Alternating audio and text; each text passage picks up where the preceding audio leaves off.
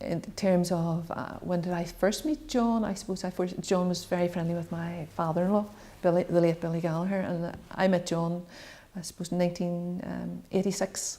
He used to visit Billy on a Friday at lunchtime, and I had the pleasure of sitting and listening to the two of them discuss history and politics and solve the problems of the world, you know, sort of. And then I met John and Pat together then when I joined the credit union in 1998. You know, what I would say about them, John would defer to Pat for nearly everything. Everything. He would, a sense of reassurance. If he was doing something, he would say, "Is that right, Pat?" and check in with Pat. And I would say John succeeded because Pat was there, you know, sort of, and she was very modest about her contribution to his role, but I would firmly believe that John wouldn't have had the scope to do what he done had he not Pat behind him.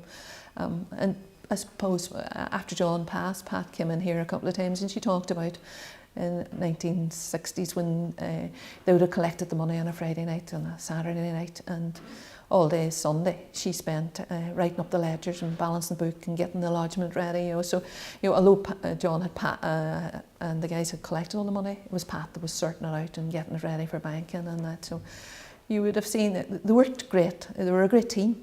You know, so they were a great team, you know, sort of, and one was interdependent on the other, you know, and I know John had the opportunity for all the plaudits and I suppose do the political piece, but I wouldn't underestimate Pat's contribution to any of that.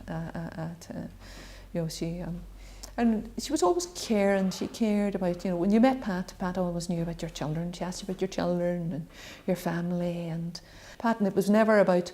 Pat never really focused on herself. It was always about, much more about other people and how other people would benefit from, like the credit union, the peace process, the education. She was fervent about education. She really, I suppose, as a teacher, you would understand that. In a way, Pat would have very much about education, and particularly girls and education and getting an education for them, because another thing is what she said, really, if there's education in the family and the parents are prepared to push education, particularly the mother, the children will do well as well. You know, so I would say she probably had a rounded view of the impact of being financially stable, well educated, children fed and looked after, you know, sort of, and her focus was always about the family.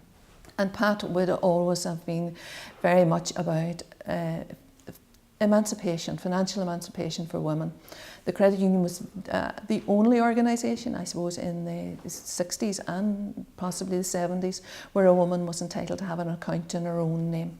And Pat would have always said to me, she said, "Joan, this was a great organisation because women were the budget, looked after the budget in the household, but if they were fit to borrow and manage and have their own account in the credit union, the families were."